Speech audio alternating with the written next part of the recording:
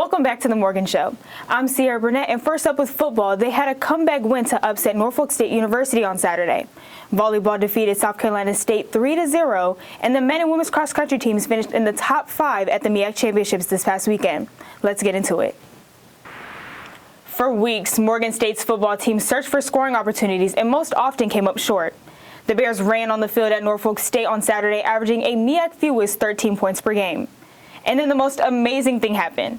They scored, this time generating an outburst of points in a game that came down to the performance of a freshman quarterback in the final minutes of the fourth quarter.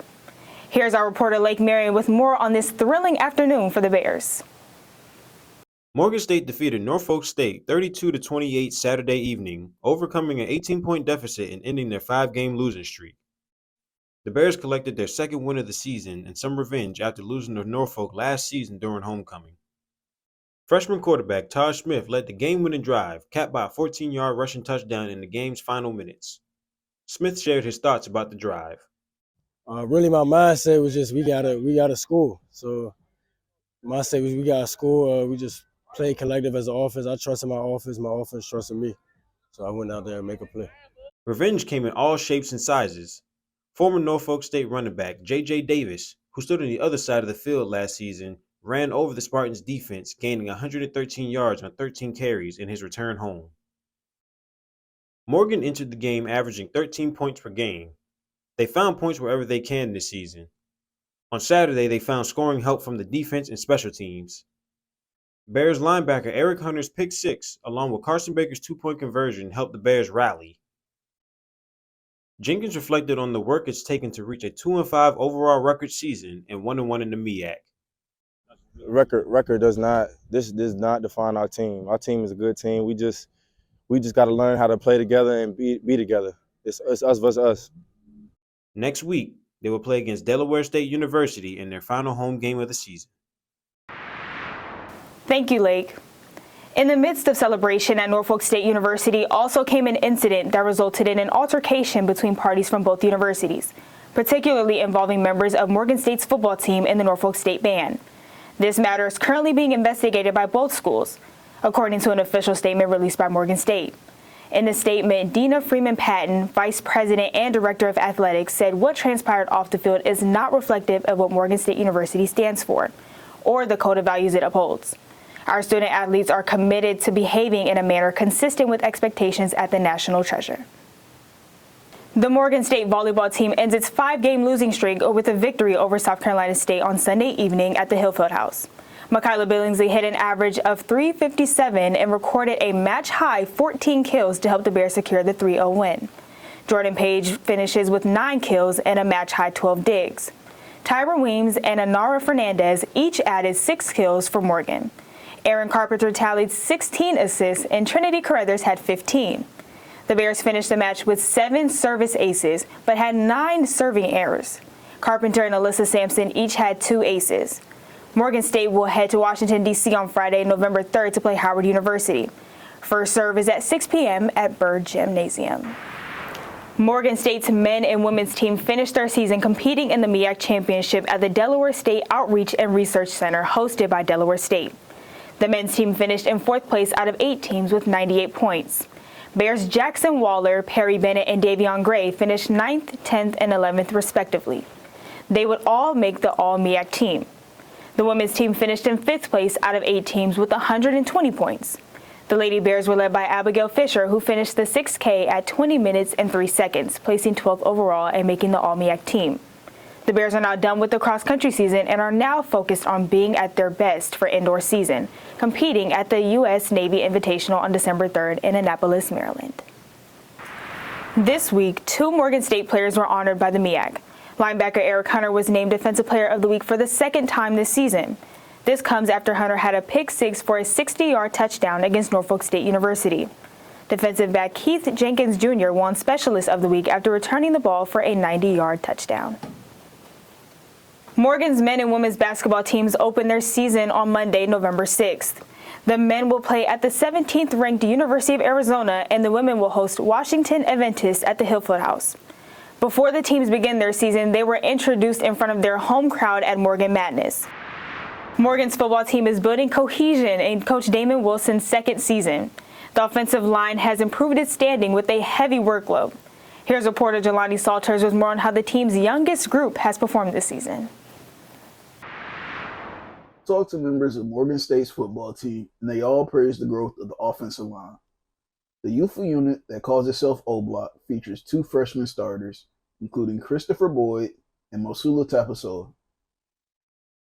As a unit, they must follow last year's offensive line, which helped lead the way for the Bears' first 1,000-yard rusher since 2014. And as a unit, they also find themselves in a new situation.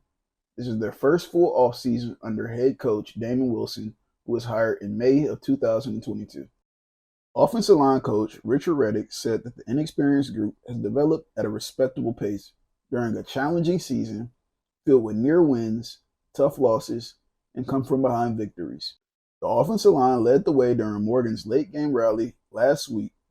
Freshman backup quarterback Ty Smith followed the group downfield for a 32-28 upset victory over Norfolk State. The Bears ranked 5th in rushing and 6th in passing among MEAC opponents this season. They own a 2-5 record headed into their conference game against Delaware State on Saturday. Young, they're impressionable, so what you teach them is what they know. The drawbacks are, they haven't seen a lot of action. So when you practice one thing and then they get on the field and something else happens, it's a surprise to them. Sometimes they don't know how to adjust as quickly. But but between timeouts, you get a chance to talk to them and sit down, and they pick it up pretty quick, though. Carr entered his 4th season and is using his experience to help assist in the development of the offensive line. Being on the offensive line for as long as I've been at Morgan State, it's definitely gave me some experience, and I just try to show the experience that I've had so they can, grow and develop too. Mosula Tapasoa described the differences he's noticed as he adjusts to Division I football, as well as the advice his upperclassmen and coaches have given him. It's more technical. You got people playing at a faster pace, and they're more technical and a better coach. So I'd say, yeah, that's probably the main difference is on strength. People are strong out here. Thank you, Jelani. One of the magnificent marching machine's very own Yorel Hogan explored the role band contributes to the athletic atmosphere. Here he is to share his appreciation for the band. As Morgan State's athletic season goes on, there are moments during the football and basketball games where spectators need some form of excitement and energy to keep the game going, and there is no other form of entertainment that delivers this energy like the magnificent marching machine. Also known as M3, they play high-energy songs, dance tunes, and chants during games, in the community, and at events around the nation. The marching band is made up of 114 band members currently. They are known for spending long hours in practice and are dedicated to the perfection of their craft. I see how they put their time and effort after practice. I see that they work hard too. I feel like they help us play better and, help the game and everybody in the crowd, like the band. Many are even aware of how the atmosphere of the game can change if the band is somehow not around, something that fellow spectator Sydney Valisage agrees upon. The band just makes the game more interesting, and they're very entertaining, and they get the crowd on their feet, get everybody going. Even if say we're having a bad game and we're down some, they just bring back the energy that's needed. Not only is it the band's job to keep the team and spectators' morale up, even when the team struggles, it is also important for the band to have a large amount of school spirit. I think the band brings basically, I'd say about 80% of the spirit. Morgan State's director of bands, Dr. Joram Reed, also agrees with the amount of contribution the band brings to the spectators, athletes, and staff's experience. And providing music, using their talents and energy to support the football team and create this positive game environment with music. Also, the band gives an opportunity in moments to find find spots in the game where it might be a dull moment to, collab with the cheerleaders and trying to get the spirit up. They have many events coming up this year, even after the football season. We have Band Day on the 4th, where we have bringing high school bands in. We're going to try to continue that. We started that last year. And then we're raising money because we've been invited to go to France to perform for Normandy, 90th anniversary of the Normandy invasion. So we'll be in France. The students will be able to experience, a different culture. Thank you, Yorel. And now we have Lake's Takes. Ain't this what they've been waiting for? You ready? I'm Brandon Henry, here with Cameron Kelly and Lake Marion. As you guys saw, we had a big win over Norfolk State this weekend, winning the game 32-28. What were your overall thoughts of the game? Well, Brandon, my overall thoughts of the game was, what an amazing comeback by the team, for one. And then for two, the defense, they stepped it up big time in the second half. What about you, Cameron? I would like to agree, and just to piggyback off of that, revenge is a dish best served on homecoming. I am happy that we scored 22 points in the fourth quarter. 7 points coming from Keith Jenkins' 90-yard kick return. We had a pick six by Eric Hunter, and we capped it off by the game-winning drive with a 14-yard rush by our freshman QB. Everybody's going on all three facets. We got to ruin their homecoming. Nice little lick back. I was excited. I definitely love the revenge from last year. Lake, what were your takes of the game? My first take is J.J. Davis in the Bears' revenge game. Last season, the Bears lost to Norfolk in the final seconds, and J.J. Davis was the opposition. This time around, he's on our side, and he had 113 yards rushing on 13 carries. And the Bears got the job done coming back in the game. My second take is breaking the 5-game losing streak. The last time that the Bears won was against Richmond, which was the very first game of the season. So it's nice to see them get back on track in the winning column. My third take is this is their first comeback win since 2021. The last time the Bears came back from a double-digit deficit was on November 20th, 2021, when they defeated Georgetown 28-21. So 28, that's when I was on the team. I'm telling you, it's been a long time since we've been doing that. Exactly. You remember that, right? Yes, I do. I remember like always. So we kept it pushing. But now, when I see about this team right now, what they showed me was resilience and discipline. Like, what we talked about last week is we want this team to stop turning over the ball, and we need this team to score points. Like I said, offense, score the ball, and you did. All right, I'll stop talking. I'll shut up. Thank you. So, and then we saw the defense score the ball. We saw special teams score the ball. My fear is that sustainable? Are we going to get points from all three phases of the ball?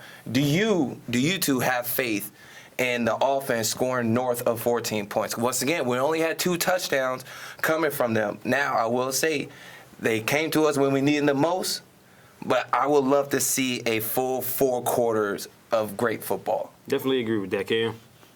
Hopefully they continue this momentum as they play Delaware State next weekend. And now back to you, Sierra. I'm Sierra Burnett, and for all of us here at The Morgan Show, thank you for watching.